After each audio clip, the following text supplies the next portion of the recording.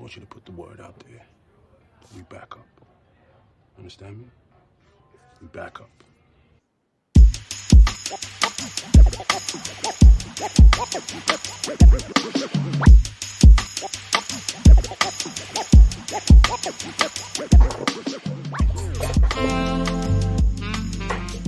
What is up, Devy faithful? The Dose is back with our first episode of 2024. I'm in the house. Kyle, international man of mystery, just the logo for a face, is in the house. If you saw my camera, I would have also done what EK did, where I was like looking down and then look up really slowly. It was very dramatic of you. It was very dramatic, but I'm sure yours would have been better. We'll just have to imagine it because you don't have a camera. Unfortunately, like my camera just like crapped the bed. So I don't know. We'll figure something out before next week for sure. But if any of you are watching this and you're friends with Kyle, please shame him until he buys a new camera. We're trying to do better for you guys this year. We're trying to up the production value. True. The other issue is that I live in the middle of nowhere, which means I have to drive like an hour to go to a Walmart. Dude, I will freaking mail you a $30 camera. Like literally. I'll go on Amazon right now. Okay. We're not on TV, man. Like, you know, we're doing okay. When the subscriber count comes up, we can get you a better camera. But for now, we're gonna have to live. So, friends, coaching carousel, transfer portal. It has been busy so far. So many changes. Kyle and I are looking at like 8 pages of notes that we're going to try to dissect and regurgitate to you and to an intelligible and enjoyable hour or thereabouts of podcast. So I think we'll just fire right into it. Obviously, some really big changes to lead off with. Kyle, do you want to start with the big one? Oh, you can't see it, but I'm grinning from ear to ear because it's finally over. Nick Saban has finally retired from college football, and we no longer have to deal with him and his Alabama powerhouse. And obviously they have to find a replacement. So, you know, they go after a couple Alabama guys first. They go after Steve Sarkisian at Texas, Dan Lanning at Oregon. Can't land either of those two guys, which, I mean, personally, I think they made the right choice. I think both those schools have more money than Alabama and are better security, and you don't have to follow up Nick Saban. But they end up with Washington head coach Kalen DeBoer, which all in all is probably a pretty good hire, probably behind Lanning and Sarkisian, probably the third best hire they could have made. So, I mean, DeBoer takes that Washington team to the national championship and gets rewarded with a job at Alabama and plenty of money and a roster that's crumbling as we speak, basically. Yeah. That 30-day transfer portal rule after a coach leaves, really affecting Alabama. What do you think of the whole situation? Do you think that Alabama made the right choice, and do you think that they'll still be good or what? Yeah, I think DeBoer is one of the best minds in college football right now. I think he's going to put on a show on offense because that's what he does best. I think Alabama still has the pedigree and, you know, the recruiting territory to get back up there. But yeah, man, is there going to be maybe a gap a little bit this year?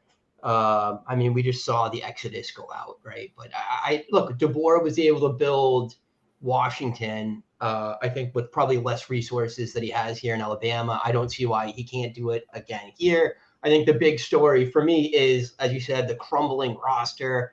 I mean, I got a list of like 10 offensive players and then like half of the starting defense that didn't graduate last year that went out. Big ones for fantasy football: Amari Niblack, rising tight end, super athlete to Texas. Texas is on the receiving end of a lot of these going out from different schools. Julian Sayin was a recruit, but now he's an Ohio State recruit. Isaiah Bond at Texas. Shaz Preston, gone. Roydell Williams, gone. He was going to get replaced anyways. Malik Benson, gone. Eli Holstein, I don't know if he was into the job anyways. He's gone. Ja'Cory Brooks, gone. Ty Jones Bell, like their fourth or fifth wide receiver, gone. Tyler Buchner, no big loss there, but going back to lacrosse, I guess. And then again, like 6 or 7 high-level defensive players highlighted by Caleb Downs going to Ohio State. And I mean, I think I'll just say it now, but it's going to become apparent as we go through this. The big winners from this part of the cycle are Ohio State and Texas. Man, if those two aren't in the championship next year, then somebody done messed something up. And then I mean, Caleb Downs was like the number 1 defensive recruit last year and was an All-American safety as a freshman. Yeah. That's a big deal. They lost Caden Proctor, who was the number 1 offensive tackle in last year's cycle.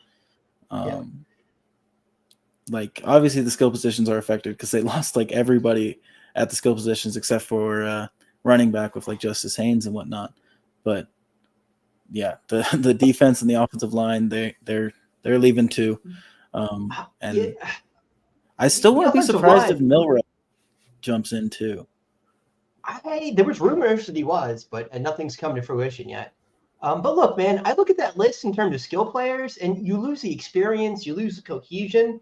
The only one that I really give a crap about for Devy was Isaiah Bond, anyways, and like maybe Roydale Williams, just the like Alabama running back type guy. We'll see what he does this year, but Malik Benson didn't really live up to the hype last year. Shaz the issue is like on the field. The issue is I would have liked any of these wide receivers if they were the only one left for DeBoer. Yeah. Like if Benson was like still there playing for DeBoer and was the guy, then sure. Or if it was Shaz Preston or whatever. But yeah, like, none now of there's just nobody. None of the rookies from last year left. None of the freshmen from last year. So I think that's Jalen Hale probably in for a good season. Yeah. He was my favorite of the bunch. He was the only one that got on the field really substantially. I think the other was not a year 1-0. Yeah, the other more highly rated kid didn't get on much except a couple of plays. So, I think that might be part of the story here. And again, like they're going to be active in the transfer portal. They're going to pull more people in. On the in list already, we have Austin Mack, who do you think he's the starter if Milroe transfers? If Milroe transfers, yes. But I think there's going to be a competition between him and Milroe, and I personally think Milroe is actually kind of good. I think Milroe's good too.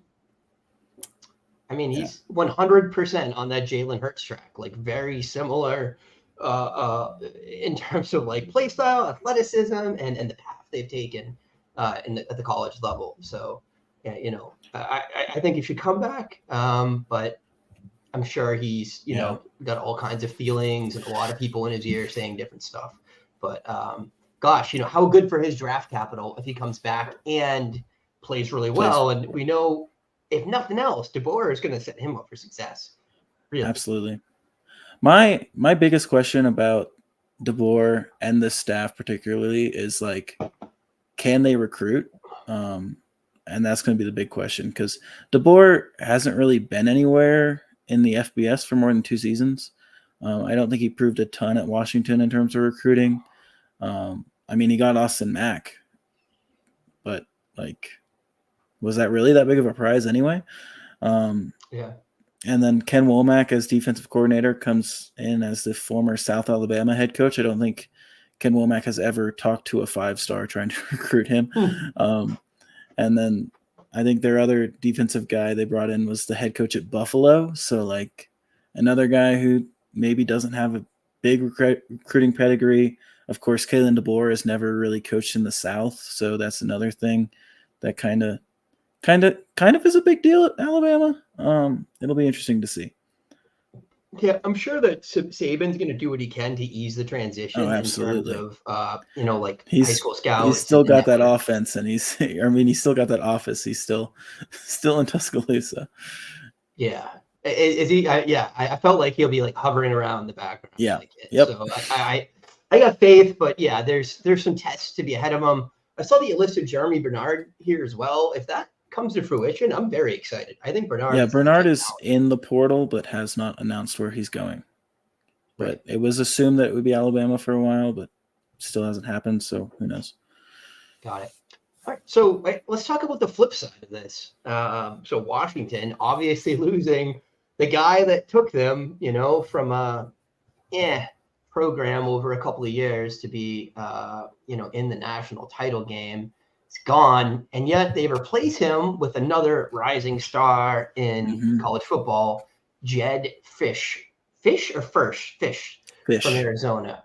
Yeah. So what's your thoughts on that? What's your temperature? I like Jed Fish.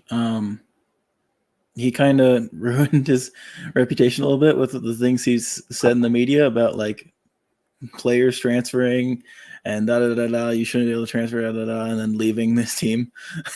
Kind of funny, but yeah. I mean, you got to respect it. He's like doubling his yearly salary. So it is what it is.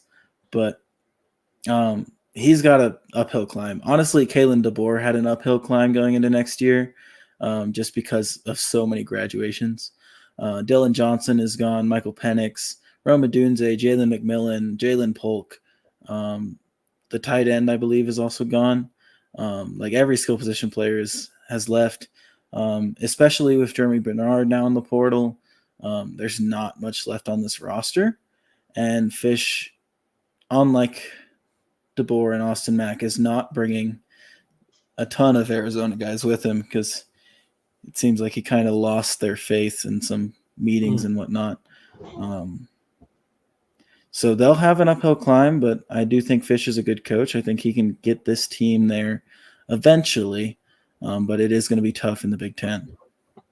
Yeah, I do have kind of like the notion that some of the players that are going back might sit in some meetings with the new coach at Arizona and then kind of come out in the later window if it looks like, Fish is doing it at Washington. I don't know. Fafita and Tet were pretty clear that they were pissed off at Jed and they have unfinished business at Arizona. Gosh, those are the two I care about, man. Really, you give me those two, and they're going to connect for 1,200 plus yards next year. And, and they recruited some wide receiver talent last year too. It just didn't get on the board. But and then there was a tight end there that started to come on at the end of the year, right? Keon Burnett? Yeah. He's in the portal. He could go to Washington. Could happen. Yeah. That'd be kind of exciting, man. I would love that. The other guy I did care about at Arizona actually did end up at Washington, and that's Jonah Coleman, the running back. Really came on once Michael Wiley got hurt, and had a great end of the season last year. So I expect him to do some damage at Washington next year. And they also bring in 4-star quarterback DeMond Williams, who was an early enrollee at Arizona this year and transfers following Jed Fish. Looks like a couple other guys will do that same thing where they early enrolled and are now transferring, but they're not offensive skill position players, so they don't matter to me. Yeah, right. Look, Jonah Coleman's good, man. One of our Devy friends on Twitter was touting him as a top 5 running back returning in college football. I don't think that's a crazy thing to say. I didn't watch a lot of his film, but man, he produced like a monster. And then he's a bit like Bucky Irving in the fact that he's kind of smaller and faster and fun like that. Yeah. And I will be very interested in Jeremiah Hunter because he played pretty well at Cal. I think he regressed a little bit this year from his best season, but he's a stud, man. So if he's the only guy there next year, then watch out. Could be productive as long as they get someone competent in a quarterback, which they will. They will for sure. Well, speaking of only guys and quarterbacks, DeMond Williams is like the only quarterback on that roster. And I think he's kind of good. I was impressed by his high school film. I mean, he's very similar to Fafita in the fact that he's shorter. Fish definitely has a type. He likes his quarterbacks a little short for some reason, but it's worked for him, whether it be Delora or Fafita. So hopefully it works for DeMond Williams. And I think, honestly, he's almost a level of talent where I would expect him to have a good freshman season. So interesting. Could be an interesting guy. Well, he's got a couple of veteran skill players there, might be set up for success. They'll bring a vet in the portal though, for sure. But absolutely. It could be someone that's a competition and not, a foregone conclusion that they got the job. So Arizona, I don't think there's a ton of foregone conclusions left. So yeah, It's true. Yeah. So Arizona, I think, is the big loser here for sure, right? I mean, Brett Brennan from San Jose State, where he had a 7-6 record last year, is Frisch's replacement. San Jose State had a good offense, 31.8 points per game. I mean, it was Cordiero, Elijah Cooks, Kyrie Robinson, Quali Conley. He's an offensive coach. He was a wide receiver coach. He's coached Brandon Cooks to a Biletnikoff season. So I'm interested, right? But you just feel like we talked about it being a little bit of an uphill battle for Frisch. I mean, this guy he's looking at some steps in front of him for sure. I like Brennan honestly. And I definitely like this for CFF. I think the guys that are staying there that we kind of worried about, like maybe they won't work without Frisch, I think they'll be fine. I think No Fafita, I think Ted McMillan will be fine. And I think this offense will continue to produce. I think the running back position is going to be one to watch because like San Jose State just ran over teams last year. I mean, if I remember right, I think Kyrie Robinson had 1,000 yards and Quali Conley had like 800 just rushing. So they're likely to still have a very similar system where they throw the ball and air it out and get some chunk plays in the air and run the ball well the rest of the time. So I like this offense next year, and I like especially in the Big 12. I think those defenses are a little suspect at times. So who is the backup for Coleman? It was Tevin White. Was he the second stringer there last year? Well, it was Michael Wiley was the first stringer, but he's graduated. Right. Tevin White is Arizona State. Oh, okay. I'm getting them confused. There was someone else at Arizona that was younger that was behind them, but I don't want to get stuck on it, but let you look it up. I will look for you. Keep talking. Yeah. I'll start talking about A&M. A&M's another program with just sweeping changes. And we really wanted to start off with the guys, the teams that are like perennial, championship contenders here first. We do think A&M's kind of in that tier. They've, not been dominant the past couple of seasons, but they certainly have the heritage and the pedigree there. So Mike Elko is the new head coach of Texas A&M. He came from Duke. Jimbo out. The writing's been on the wall for a while with that one. So I don't think anyone's shocked. So Elko put some good teams out there at Duke behind Riley Leonard. I mean, and they ran the ball, really effective running scheme. Got Leonard going with his feet and short passes, got running backs involved in the passing game. And then they also brought in a new OC, Colin Klein from K-State. And I think that's very interesting. He's put together some good offenses there too. So I think A&M is really trying to flip the script and just have, they know the offense has not been what it should be. They know it's detracting from recruits on the offensive side of the ball. I think they want to do something different. So I'm excited. I don't know if Elko is going to have as much success recruiting in the SEC or have, be able to get the guys he needs to compete on that level. But I think Klein is a step in the right direction for them for sure. What's your thought, Kyle? Klein is a rising star in the coaching ranks, in my opinion. He's a guy who's had some head coach offers, I believe, some G5 offers. And, just wanted to save his alma mater at Kansas State, but ends up, taking this opportunity because it is a very big opportunity to go coach in the SEC. And I think he'll have full control of this offense, honestly, and I think he'll do well with that. I think the biggest issue for me is losing a lot of talent. Obviously, the draft comes for, I believe, Moose Muhammad declared. Anaya Smith is definitely gone. And then Evan Stewart ends up transferring to Oregon. In my opinion, that was the biggest skill position transfer of the cycle. So that's a huge loss for A&M. And then they lose backup quarterback Max Johnson and his brother starting tight end Jake Johnson to North Carolina. And and they lose a handful of defensive guys, a handful of linemen, but the biggest one being defensive tackle Walter Nolan, who goes to Ole Miss. He was the number 1 recruit in the class of 2021 and has been very solid, and will definitely be a huge loss for their true football hopes, not their fantasy hopes, but their true football hopes. And then they didn't, to their credit, they did bring in some guys, at least one guy that I kind of like, and that is wide receiver Cyrus Allen from Louisiana Tech. I think he's a talented guy. Stands to be seen if he's an SEC talent, but I do think he was good at Louisiana Tech, so I think there's an opportunity for him there. They also bring in wide receiver Jabari Barber from Troy, who had a couple good games last season. I think he's a little interesting. Tight end Garrett Miller comes in from Purdue, and running back E.J. Smith comes in from Stanford, who's, been somebody that we've liked, but has hardly seen the field in his 4 years in college. So, yeah, definitely a disappointment for what we've, invested in him and the hopes we've had. Look, I think Cyrus Allen is legit. I haven't studied his film that much, but he's a deep threat. He's like a high yards per attempt guy, really like ADOT downfield, but also really fast too. And I think he's got some ability as a route runner and things. So that's kind of exciting. And then also on that note, I mean, Noah Thomas was breaking out last year.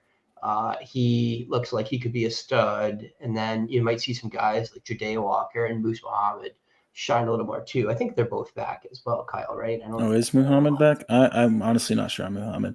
I think he is returning. He could have gone to the NFL, but I think he stayed in school. So we'll see. But anything's better than what A&M's put out there. I mean, really, they're going to have to. Well, didn't they recruit a mobile quarterback? I thought in this cycle year? they grabbed someone. In this cycle? No. Yeah, I don't know. Last year, maybe.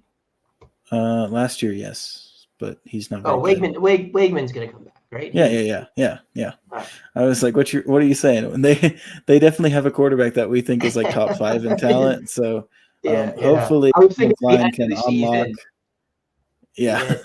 Hopefully Klein can unlock. Yeah. We're hoping Colin Klein can unlock that upper echelon of what we think Connor Wegman can be. Because I know we both like him. So yeah, he's talented. So you want to just blast through the rest of the star teams, even though they don't have head coach changes? Sure. We'll move on across the same state to the other state school in Texas. And the Steve I labeled this the Steve Sarkisian home for former Alabama skill players.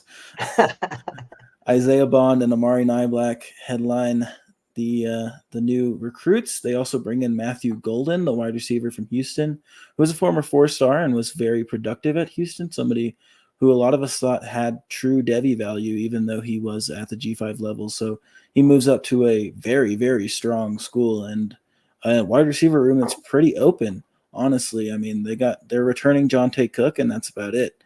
But they bring in a lot of guys. They bring in Isaiah Bond from Alabama, Matthew Golden from Houston, and also Silas Bolden from Oregon State, which is kind of a head scratcher when he announced he was going to Texas. Definitely seems like a guy who's going to end up on the outside looking in next spring and could possibly jump right back in the portal during spring, but we'll see. I think this offense is going to revolve around Matthew Golden, and then Isaiah Bond is going to take the top off the defense. And then, Nyblack's going to obviously get his. Jonte Cook will get his. And then from there, it's kind of a mess. There's a lot. They brought in actually a good handful of guys as recruits this year, too. Aaron Hampton was a guy who was almost at Alabama, ended up at Texas. Aaron Butler ends up at Texas. I really like Aaron Butler. And there was another wide receiver as well who ends up at Texas. But we're going to do a recruiting show soon anyways. Lots of mouths to feed, but I think it does end up around Matthew Golden and Isaiah Bond. Yeah. I like Jonte Cook. I'm disappointed by him not breaking out more last year, but I think he might be the most talented of those three. But obviously Golden's done more, Bond's done more so far. So we'll see how that shakes out. But I'm still hoping that Cook crushes this next year. So on to the next big winner in the portal cycle here. Ohio State just absolutely loading up. And Quinshon Judkins is the headliner and probably the other biggest portal skill position change this year. Did Travion wind up? He didn't, right? He's coming back. He right? did not declare. From a true football perspective, like Ohio State won the offseason. Yeah. They are by far the national title favorites right now, in my opinion. Yeah. You probably have the two best running backs in college football, right? Like I think we'd probably all agree. Maybe Singleton, but yeah. Right. But I don't. Yeah, sure. These two have done more than Singleton has for sure. And then obviously Julian Sayin flipped 5-star quarterback. Will Howard, I mean, gosh, he might be the weak link there, but he's a competent college quarterback. Only question mark on the roster. Yeah, and again, and Howard ain't bad. He's just not what you would hope. But look, I don't think McCord's very good. I think Howard is an improvement on McCord. All you need to do is get the ball to guys. I mean, he's going to throw to Emeka Egbuka and Carnell Tate and Brandon Ennis. And Howard was chucking it last year. He was like not even playing all the stats. He was still passing for like 250, 300 yards a game. So I'll take it. And then their defense just absolutely loaded up. They had some guys going out, but they were all just guys that were, kind of really fighting for playing time. Or Julian Fleming, who he's a college starter, but he's not, a high level Devy asset to me, at least. Honestly, yeah. I mean, I put all these guys in the out column because it's good to have them gone. It's good to have them in different situations if you have them, and if you had somebody else on the team, it's great to have them gone.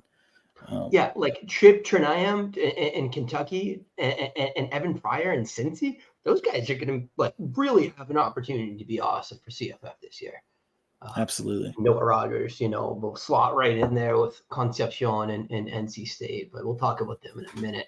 So Georgia, another big portal winner to me. I mean, probably the other biggest running back name that shifted, I think. Well, maybe Rocket, but Trevor Etienne.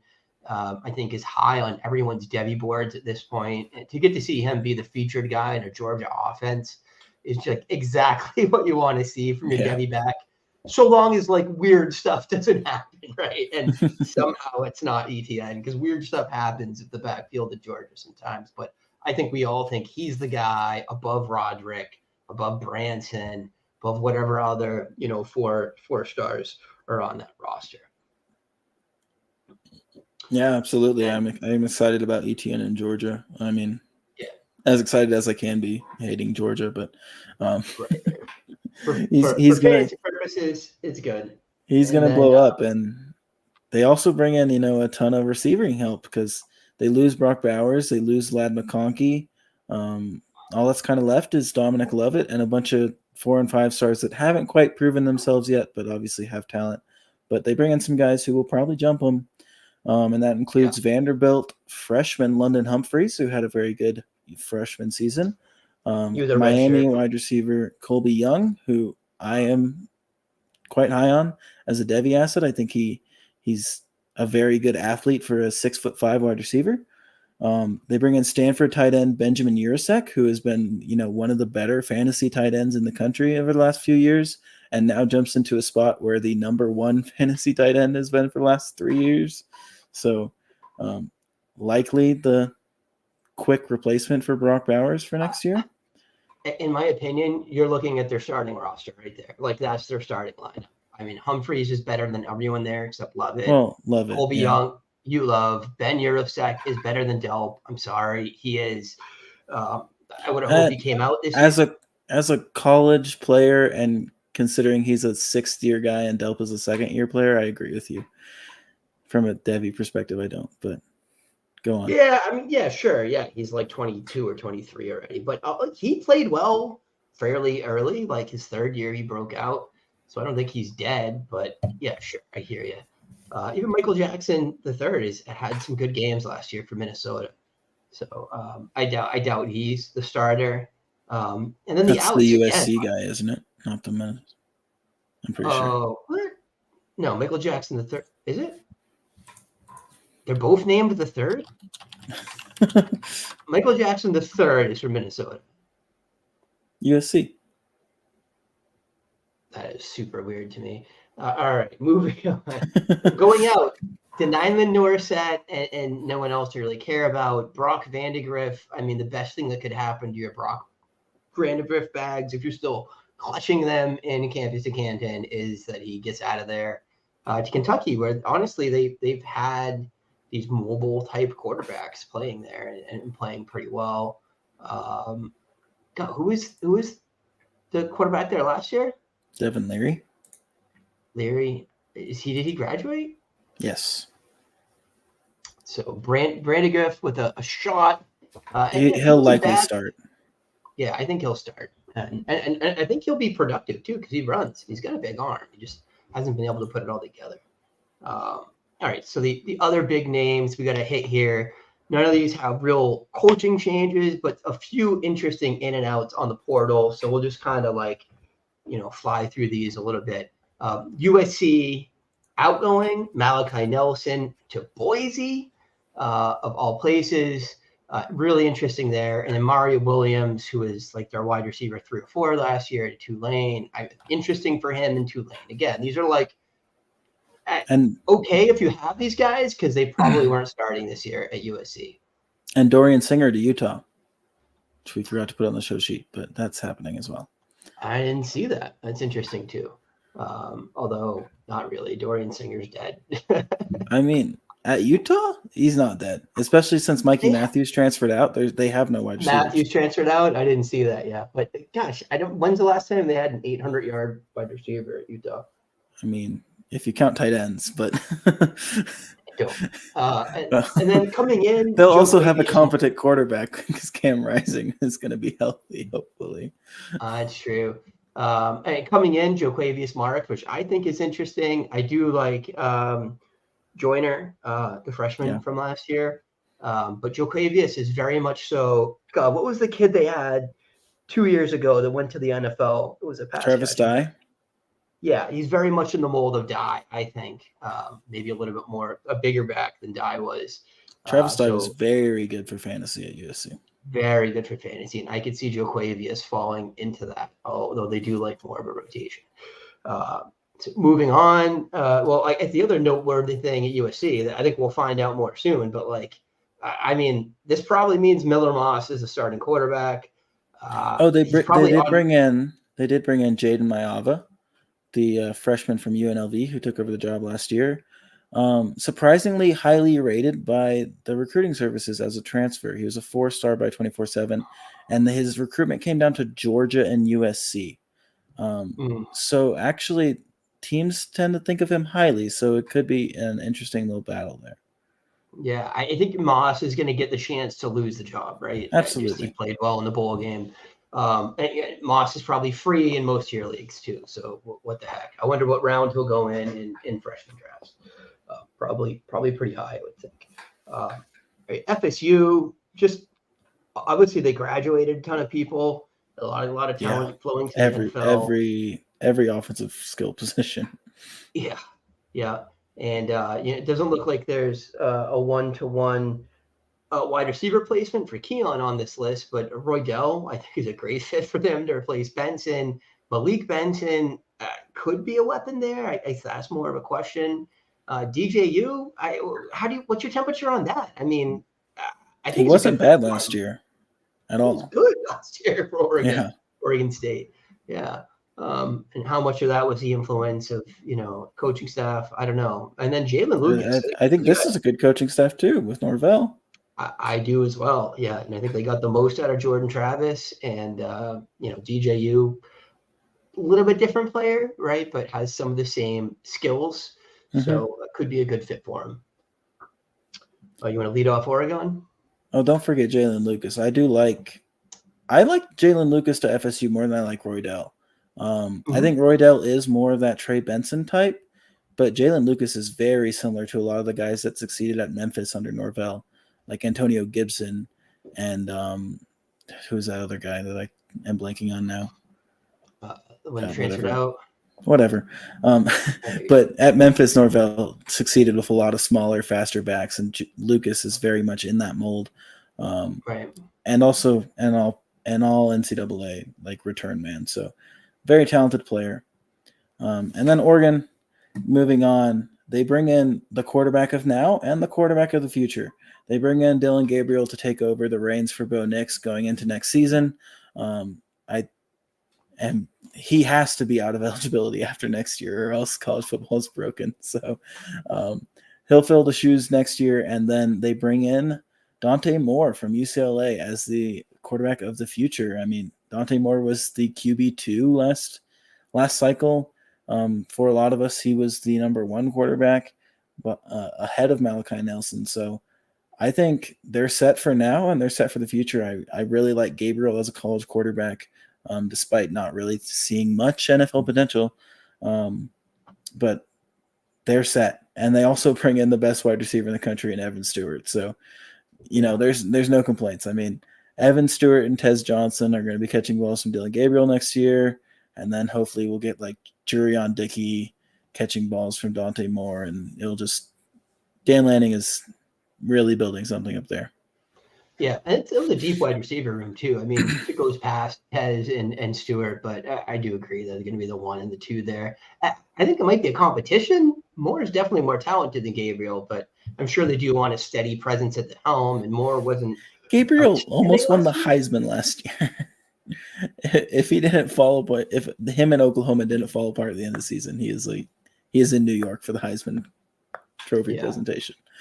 Fair. He's a very, very good college quarterback. I'm not sure there's much of and Moore had to have known because Gabriel was already committed. So, I mean, I'm expecting that Moore knew that Moore wants to sit out a year and learn. Yeah, is my expectation. So, he's probably watching what Bo Nix just did in the past 2 years, and Bo Nix getting mocked as a first rounder now by the draft Knicks. For Dante Moore is like, I will sit for that. And he should probably, right? Okay, so we got another segment here, another segment that we deem like moderately interesting for Devy and CFF. So we're going to try to just move a little faster through this one so as not to make this a 90-minute, just words, no pictures for you guys. No one wants to just listen to me. It's great. It's great for the people on Spotify. Yeah, right. So, all right, and there is a ton of coaching changes here. We're not going to spend too much time on them. We'll give you the Cliff Notes version. So, Mississippi State, Jeff Levy, the new head coach, replacing Zach Arnett there, who obviously replaced Leach right when he passed. He was the OC at Ole Miss, UCF, and most recently Oklahoma. Right, Kyle? It was his last stop. So. Pretty exciting, man. Jackson Arnold and Dylan Gabriel both looked awesome. They spread the ball around. Everything was firing in that Oklahoma offense. So if you're telling me that Mississippi State can build towards something like that there, I'm very excited. My fear is that they just don't have the roster to compete in the SEC right now. So he's really going to have to pull some miracles on the recruiting trail. To turn them into, Oklahoma East, but I don't know. What's your temperature on this? I love Jeff Levy. You mentioned Arnold and Gabriel, but he also coached Matt Corral at Ole Miss, and before that, Mackenzie Milton at UCF. So he's just had extremely good quarterback play because he coaches a very quarterback-friendly system. It's not a pro-style system at all, quite frankly. But it is very, very prolific at the NCAA level. So I love this hire.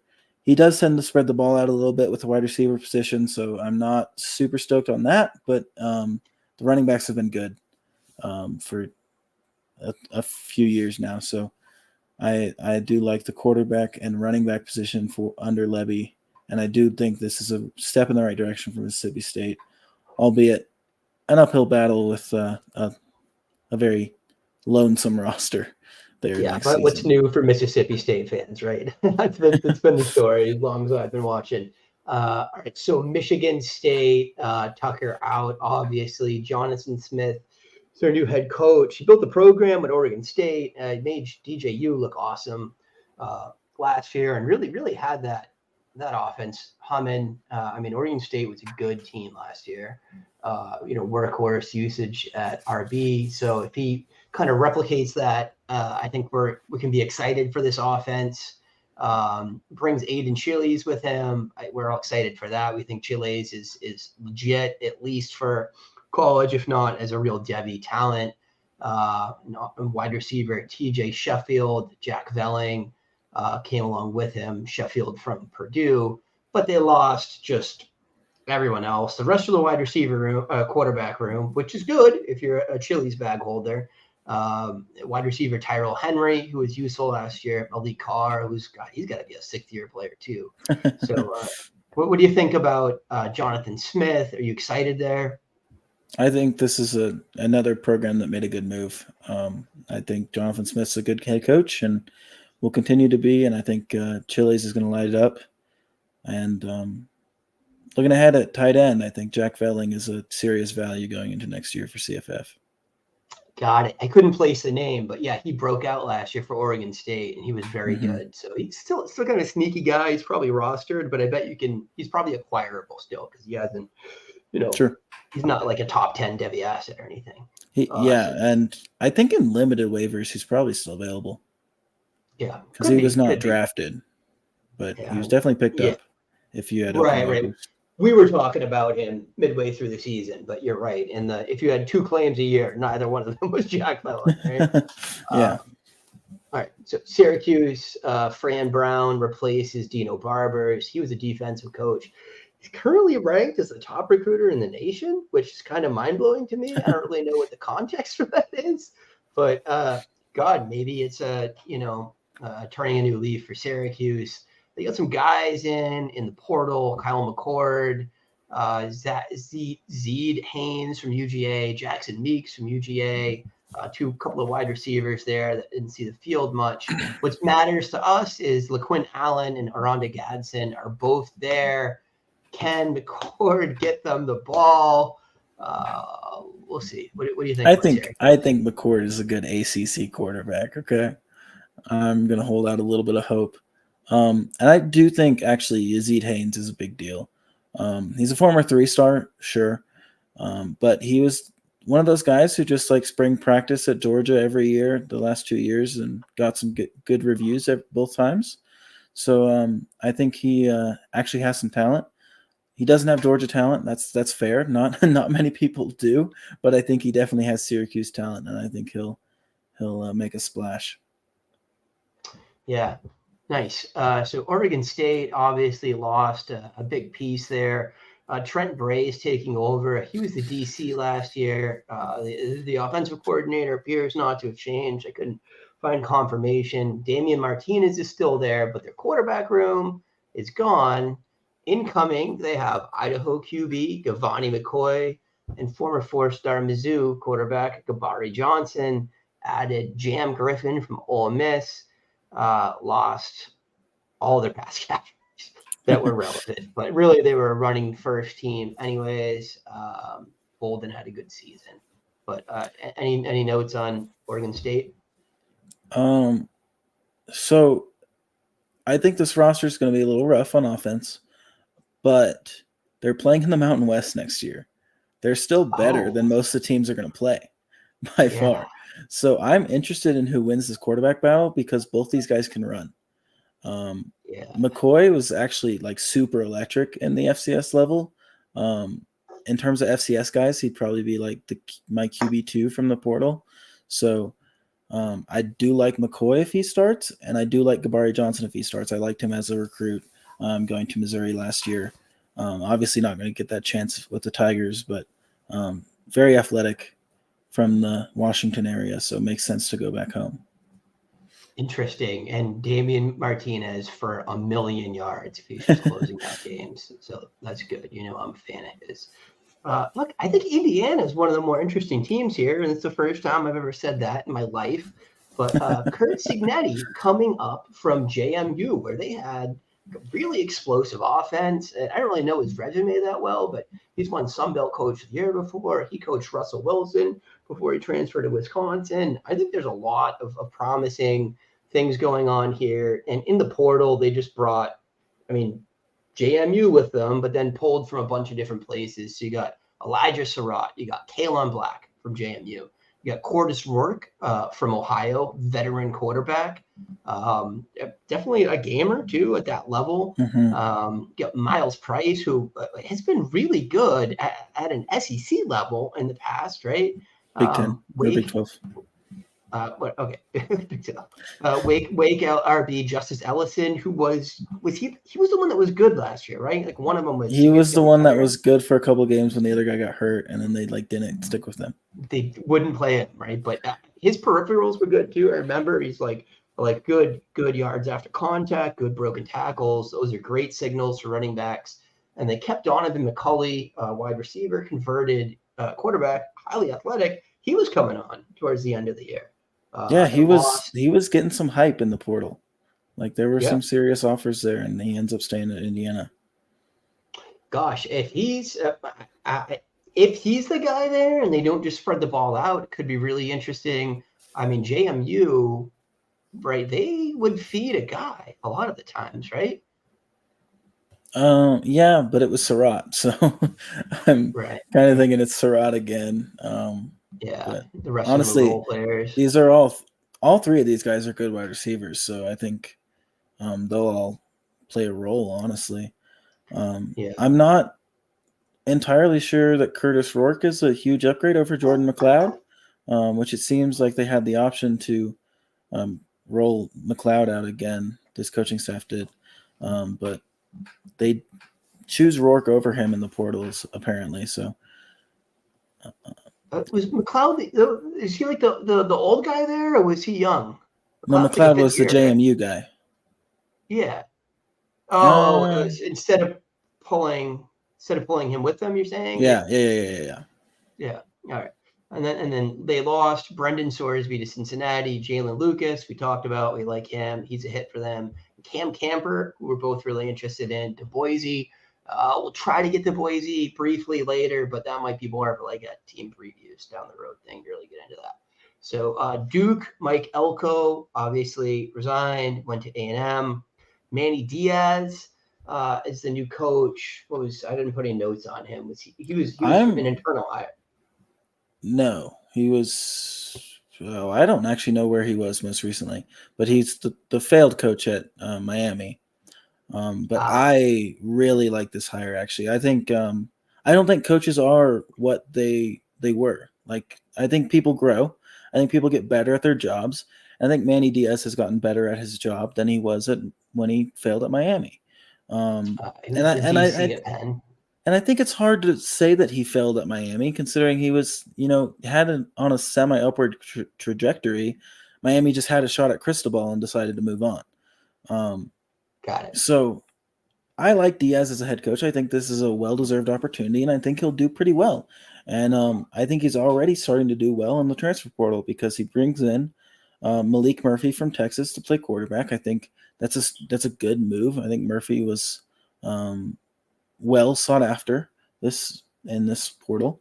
And then he brings in Javon Harvey from Old Dominion to play wide receiver. I like Harvey a little bit. He's a fun little wide receiver, so I think those are two good moves that really help Diaz. And they do lose a couple of guys. They lose Riley Leonard to Notre Dame. I think that was just a foregone conclusion. I think Leonard was probably leaving even if Elko stayed, so that's not super surprising. And they lose their running back Jordan Waters to NC State. So.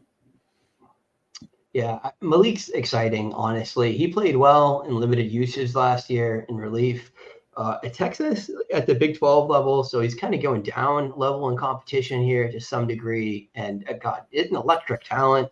Man, if he can put it all together, he could be he has the upside to be a top 10 CFF quarterback, right? He has the upside to run for 1,000 yards. Sure. And to be Jalen Daniels. To be Cam. So if he can, right. Yeah. So pretty exciting there. And then, speaking of Jordan Waters to NC State, NC State is next. And honestly, like out of the smaller Power 5 schools, this is one of my favorite roster churns that happened. Because they did kick some guys out, but I think they brought in better players. They lost MJ Morris, the quarterback, who looked pretty good. I do think maybe they took a step down at quarterback, but not too big of one. They lose MJ Morris, they lose their wide receiver Porter Rooks, and they lose running back Jordan Houston. But they bring in Grayson McCall from Coastal Carolina to play quarterback. I think that'll go well for them. They bring in Duke running back Jordan Waters, as we talked about. Yeah. They bring in Oklahoma backup running back Dalen Smothers, who I think will have a bit of a role. And then they bring in, the former number 1 wide receiver recruit, Noah Rogers from Ohio State. I think that's a step down in competition is going to be huge for him. They bring in UConn tight end Justin Jolly, who has shown some good flashes of receiving ability. I think he fits that mold of what they like to do, and they like those kind of move tight ends who aren't necessarily used as blockers, and I think Jolly really fits that. And they bring in Wake Forest wide receiver Wesley Grimes, who's a guy that I think we both like a little bit. I think he's into his 3rd year going into next year, so a guy who's flashed some at Wake Forest, but never really took off, and I think he has that opportunity to be the wide receiver 3 at NC State and kind of really the outside guy, the big-bodied guy on this roster. Yeah, Grimes is good, man. He flashed last year. I think he's only a 3rd-year player, too. I think last year was his redshirt freshman season. This is interesting. I think this is a loaded wide receiver room now. I mean, Concepcion, I think we're all in consensus. He's at least a very high-level college player, if not a decent, day 2 NFL guy. Well, there's a lot of script to be written for him, but Noah Rogers certainly has the pedigree. And Grimes, I think, is going to be an awesome wide receiver 3. I think he was going to be, a wide receiver 1 or 2 if he stuck awake this year. So, I think a lot of talent there. And Grayson McCall can sling it. He's probably not a round 1 guy ever, but gosh, definitely a damn good college quarterback. So very excited here. Not much going out the other way. MJ Morris, I think had some interest in, at least at the college level. Porter Rooks, Jordan Houston. Anything else there? No. Okay, moving on. Deion Sanders land. CU, I mean, no coaching changes. Contractually obligated. Yeah, right. Now, they haven't made any changes at OC, right? I couldn't find anything. As far as I know, it's still Pat Shurmur. Yeah, Pat Shurmur, who took over for Sean Lewis after Sean Lewis was removed from that position, right? He stayed on their staff, but gave up play calling. No, he's gone. Sean Lewis is gone. He is the head coach at San Diego State. Oh, well, that's very interesting. Yeah. Next week at the G5, that's exciting, man. So the portal has just been just a whirlpool here for CU. And by whirlpool, I mean it is draining our college football fantasy hopes. Just so much talent coming in that either some of these guys are going to be on their way back out in the next window, or it's just going to be an utter cesspool of just dart throwing on a weekly basis. So Chamon Mateer, great tight end coming in. LeJontay Wester, obviously extraordinarily productive wide receiver. Will Shepard, another extraordinarily productive wide receiver. Cordell Russell, the top 6 guy in last year's class. Jordan Seaton, Kyle added. I'm less familiar with that. Is an offensive tackle, but I just figured it was very, very much worth mentioning because they finally won a recruiting battle on an offensive lineman. Right, which is what they desperately needed to. Yeah. I mean, Shea Dura was running for his life last year, and it really affected them when they got into the more difficult part of their schedule, right? So I don't think we know what's going to happen here. I think that is just an absolute room full of weapons, and you're adding that to Hunter, who's an early round NFL draft pick level talent on either side of the ball. Jimmy Horn returning, Omarion Hampton, who really looked like a stud in some Marion Miller, right, who looked like a stud in some games last year. Where do these guys slot in? I mean, Wester and Shepard are much more experienced. You'd think they pushed Miller out, but even then, like, which one of them's not a top 3 guy? So just kind of tough for CFF. It's Shepard, but yeah. I mean, my projection at this point is like Hunter is the downfield outside guy, Wester is the underneath guy, and then Horn is like intermediate, kind of just all right, and then Shepard comes in for Hunter when Hunter is tired from playing both sides. Yeah, it could wind up that Wester bumps Horn too, and Shepard and Hunter are deep guys, because I mean Shepard definitely is a good field stretcher, and he's definitely a goal line guy too, just a touchdown machine, even on garbage offenses. So God, I would have loved for him to go somewhere else. He was going to be the guy, maybe at a lower level of competition, but not in the cards for us. Okay, we're gonna try to get through. I would have loved if LeJohntay Wester was still at FAU. I know, right? Gosh, I mean, I think we all thought he was going to go to the draft after that season, but this doesn't make sense for him for the draft at all. I don't think. There's a lot of other programs he could have gone to where he would have got a guaranteed featured role.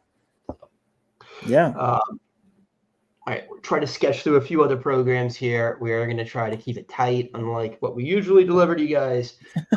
Louisville, right? A Cinderella story last year, just extremely strong close to the season, really looking like a top-level program as the season went on. And they just added talent to the roster. Colin Lacey, who we both love, was extraordinary last year. Direct Jamari Thrash replacement, in my opinion. Yeah, no, I was going to say, probably slotting in for Jamari Thrash, who's moved on. Penny Boone, just a bruising back with some speed. Had an earlier stint at P5 that didn't go over well, but seemed to really start to put it together last year at the G5 level. Ja'Cory Brooks, who's, a 4-year player, veteran wide receiver, all the talent in the world, has just not been able to seem to, get the mental part of the game locked in. But I mean, definitely stepping down a little bit in competition here. I can't imagine him not having some success, although I would still bet on Lacey first. Jaleel Skinner, uber athletic tight end. Mark Redmond, super productive tight end. And then Texas Tech QB Tyler Show, really just a ton of talent coming in. What do you think, man? This is kind of exciting to me. Yeah, I mean, honestly, this is kind of like direct replacements to everyone they lost. It is too. Like Brom hasn't really had time to recruit and like bring up guys, so he's just going to hit the portal every year. And to his credit, I think they also did well on the defensive side in the portal. They brought in Tyler Barron, who was a defensive end at Tennessee, who was like 4th in the SEC in sacks last year. So he's really good. They brought in Tamarian McDonald, a safety who's also pretty good. So I think Louisville's in a prime spot to contend in the ACC again, especially considering didn't see a ton of improvements from Clemson, and I think Florida State has probably lost a step compared to last year. So, they're in a prime spot. If it winds up being Brooks and not Lacey this year, like, we're all going to cry. All of us have Lacey bags, and we're all like anti-Brooks. I traded him away last year. We've all dropped Ja'Cory Brooks. Yeah. So just watch the 4th-year breakout happen. So Miami, Florida, I think some interesting goings on there. Cameron Ward transferring from Washington State, where he had a successful season. Where he almost entered the draft. He was entered the draft and then immediately was told he was a big dum-dum. And he needs to go no.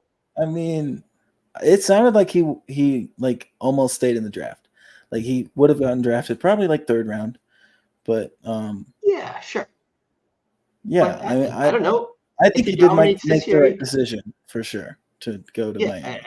If he dominates this year, he can be a top 60 pick. I think that's in the possibilities for him. And I would think it's somewhat likely if he has a good season. we'll see. Definitely the best quarterback they've had there since Richardson left. So interested to see what he can do. You also noted Albany quarterback Reese Poffenbarger and Yeah, FSU Poffenbarger running. was very good in the FCS. I mean, I thought he was going to get a starting job So was in this Ward. portal. True. I thought Poffenbarger would get a starting job in this portal. It seemed like he did, and then Ward comes in late. So, but 2 years from now, it could be him. Yeah, I was gonna say maybe he sits for a year. I don't think Ward's hanging around for another season after that, one way or the other. So out. This is the hurt here for Cameron Ward is every wide receiver that we liked except for Restrepo and Eugene Wilson. Fortunately, You're combining I think, 2 rosters here. Oh, Eugene Wilson and Ricky Eugene Wilson's in Pearsall are on Florida. the I was Florida talking Gators. about Miami earlier, and you were talking Yeah. about Eugene Wilson. You said Florida, bro. You said Florida. I don't know what you're talking about. No. You don't know what you're talking about. So Brashard Smith gone, Colby Young gone, Jaleel Skinner gone, Frank Ladson gone. Colby Young's the only one that I think was a real producer last year, although Jaleel Skinner certainly has the talent. So they got a void. They're going to have to do some filling there, or else it might not go as well for Ward. To be fair, I don't think Restrepo is bad at all. I think he's probably, in terms of college wide receivers, like a top 15 guy now. But, he was like a 950-yard season last year, right? Yeah. Something like that. He's like a fifth-year guy too. So, I mean, he should be good at the college level. But they do need losing a lot of production with Colby Young. Even if it wasn't 1,000 yards, he was a player. He obviously took defensive attention his way. I mean, a lot of you all think he's an NFL guy, so I think they're going to need to find who the wide receiver 2 is there to complement Restrepo. Yeah, because they lose wide receiver 2, 3, and 4. So tough scene. All right, so one more team we want to hit on quickly. Notre Dame, as we mentioned earlier, Riley Leonard is the successor to Sam Hartman there, and that makes all the sense in the world to me. They also drew in wide receiver Bo Collins, who I would argue, him maybe Greathouse is instantly the most talented wide receiver on the field for them. I think Bo is good, and he played really well last year at times for Clemson. Not like the game-changing, dominating guy, but certainly a really solid receiver, moves really well for a big guy. And then FIU wide receiver Chris. What do you say? I said technically sound. Technically sound. I just a little bit of the AD Mitchell, but just not as explosive. But in terms of big guy that can also move well and separate. So and wide receiver Chris Mitchell from FIU. He's been a baller. We'll see if he can really adjust his game to the higher level play here. And then out, just an exodus from the wide receiver room. I saw Merriweather, but Flores, all those guys. I think Colsey. Yeah.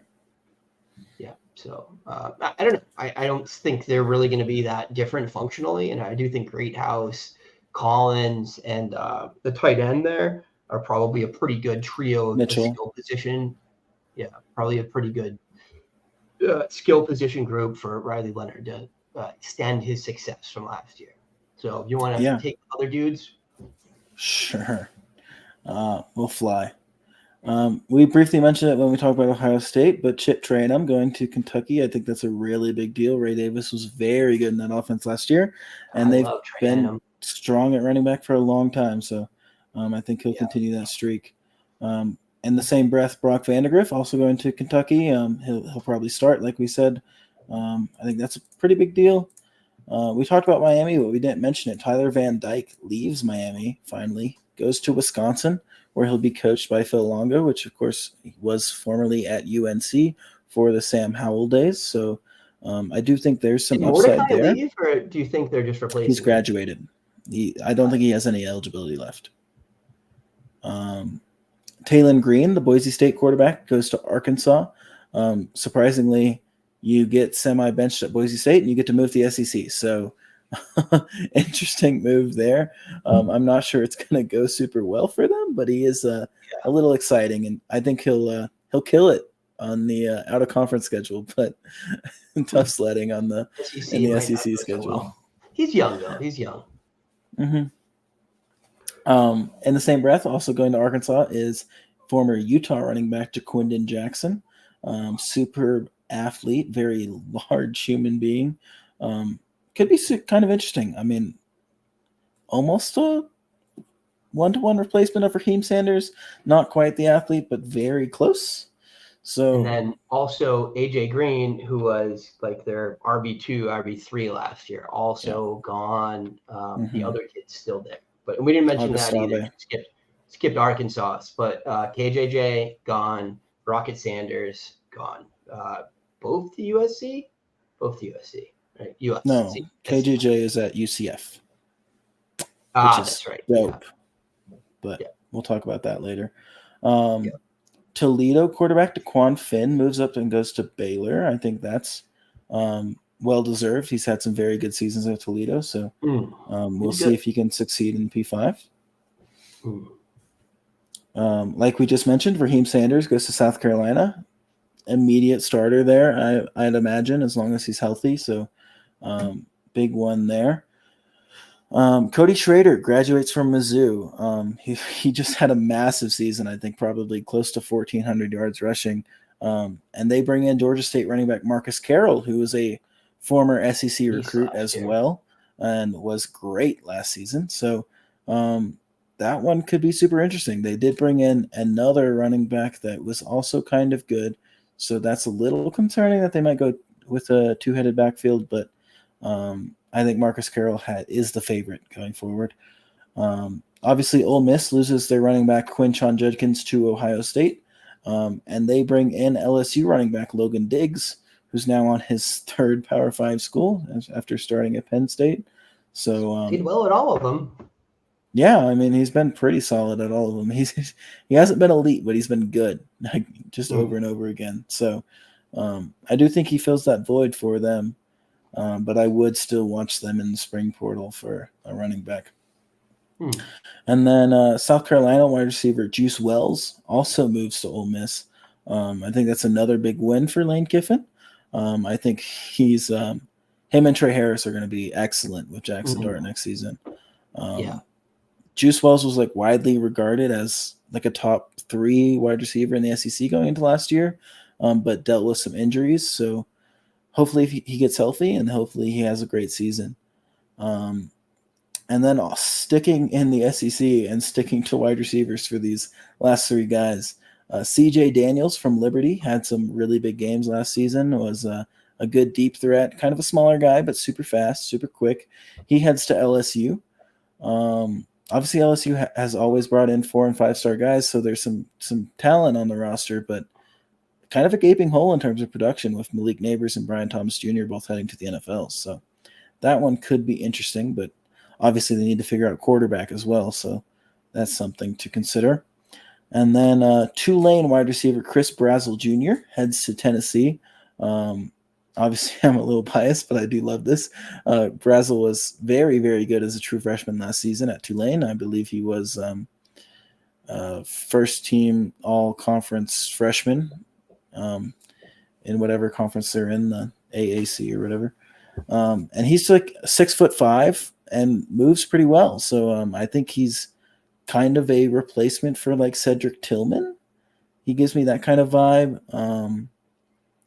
Obviously there's that guy from Oregon who came on a little bit last year at Tennessee. So I think it'll be an interesting camp battle between those two for that kind of like big wide receiver role.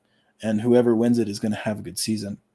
And then Purdue wide receiver Deion Burks, who had some really good games at the beginning of last year and had some pretty solid games moving forward after that, heads to Oklahoma. And I think that's a really good move for them. I mean, you're looking at him and Nick Anderson and Jaquazi Petaway catching balls from Jackson Arnold. It should work out pretty well for him. Should be. Back, right? Yeah, one of the two guys should be gone. Yeah, it should be. Yeah, one of them came back. One of the 2 top wide receivers there. Maybe not. No, God. Andrew Anthony? Maybe it was the other one. What's up? Andrew Anthony? Yeah, he came back. Stoops is gone. Yeah. You're right. Soups. But yeah, look, Burks is good. He'll probably play that Soups role for them too. A little like yak guy. Really, really good receiver. So yeah, excited for that. Excited for that offense. We didn't get to talk about them that much, but I think we're all like pretty hyped on Oklahoma next year. Guys, look at that. We delivered a 70-minute episode. We said we were going to do it. 69 Did minutes. it. We did it. We can still banter for 13 seconds and but look, guys, we appreciate you. If you like this content, please, it's super important. Hit the subscribe button, hit the like button, show us some love. We're really going to try to put more effort into production value this year, put more effort into delivering you guys tight, focused, actionable content.